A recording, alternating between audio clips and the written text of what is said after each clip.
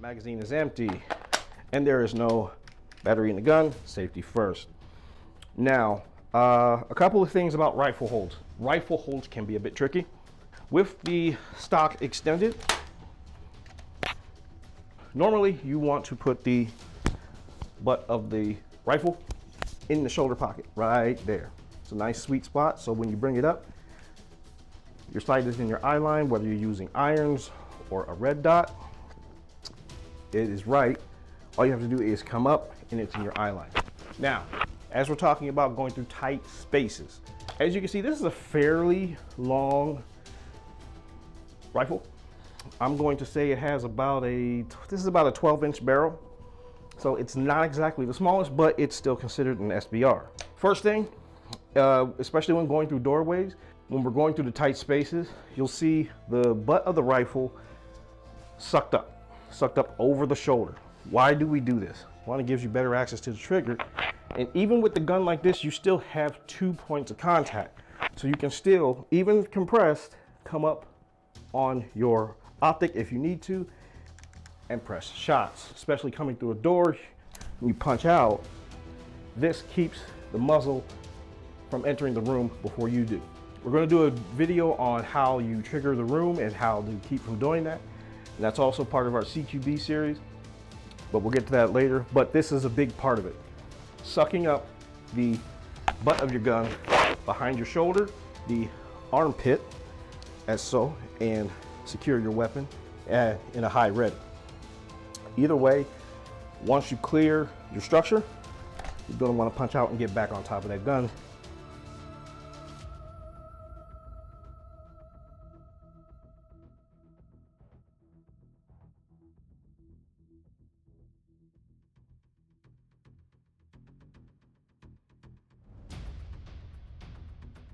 Second method of compression is going to a low ready. You have the butt of your rifle in the air. This one can get a little bit dodgy if you're not used to it, because your elbow is out there, you're going to want to tuck it in. And then when you want to bring the rifle back out, you really have to pay attention to where you place that stock in the shoulder pocket, because it can get misaligned. And if it's misaligned, your shot's going to be off. You don't want that. If you want to do a compression like this where it's very close to your body, make sure that you are entering on the strong side of this hole. What is the strong side of this hole? The strong side is where everything is compressed and it's a point of stability. So if I'm going through a door, let's say the door is here in front of us, and I want to compress my weapon so I can clear that door and then pop out on the other side. This allows me to get through that narrow door laterally and pop out.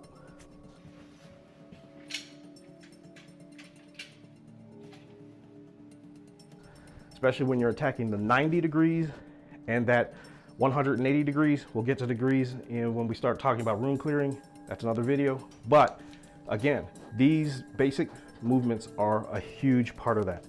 So compressed low ready, out. Pro tip.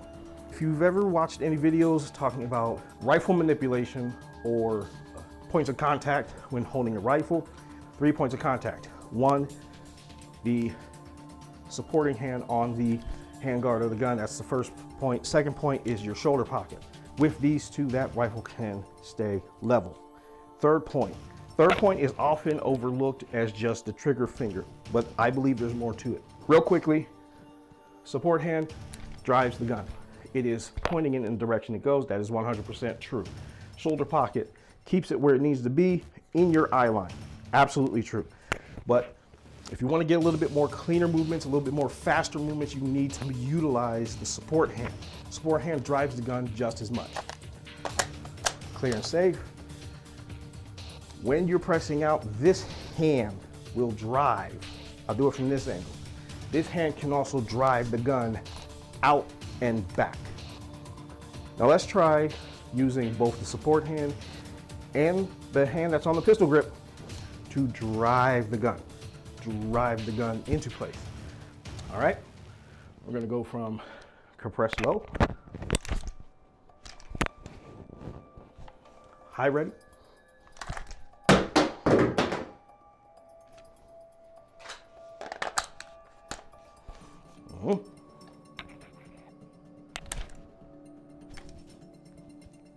High ready. Fully compressed. You see the difference?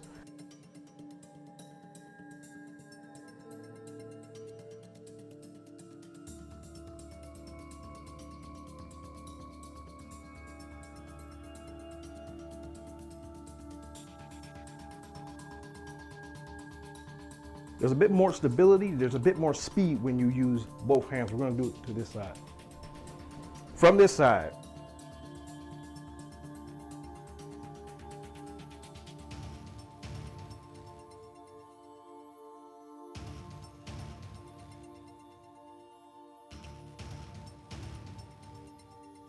The differences may be minute. Understanding those small details can give you a tactical advantage when coming around the corners, peeking, all kinds of things to help you get back on your gun faster.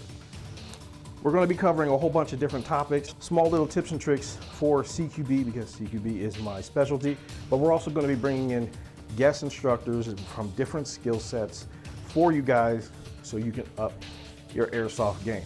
Thank you for watching today's video. Comment, like, and subscribe for more content. I hope you learned something. I hope you take away something that you can use on the airsoft field. I'll see you on the next one. That's all I got for you guys. Okay, I got one more thing for you guys. This is a game of honor. Let's bring the honor back to airsoft, people. Enjoy your time. Treat everybody with respect. Call your hits. But above all, have a good time. That's all I got for you guys. Take care of yourselves and each other. I'll see you on the next one. Oh, you think darkness is your ally? You merely adopted the dark. I was born in it, molded by it. I didn't see the light until I was already a man. By then it was nothing to me but blinding. The shadows betray you because they belong to me.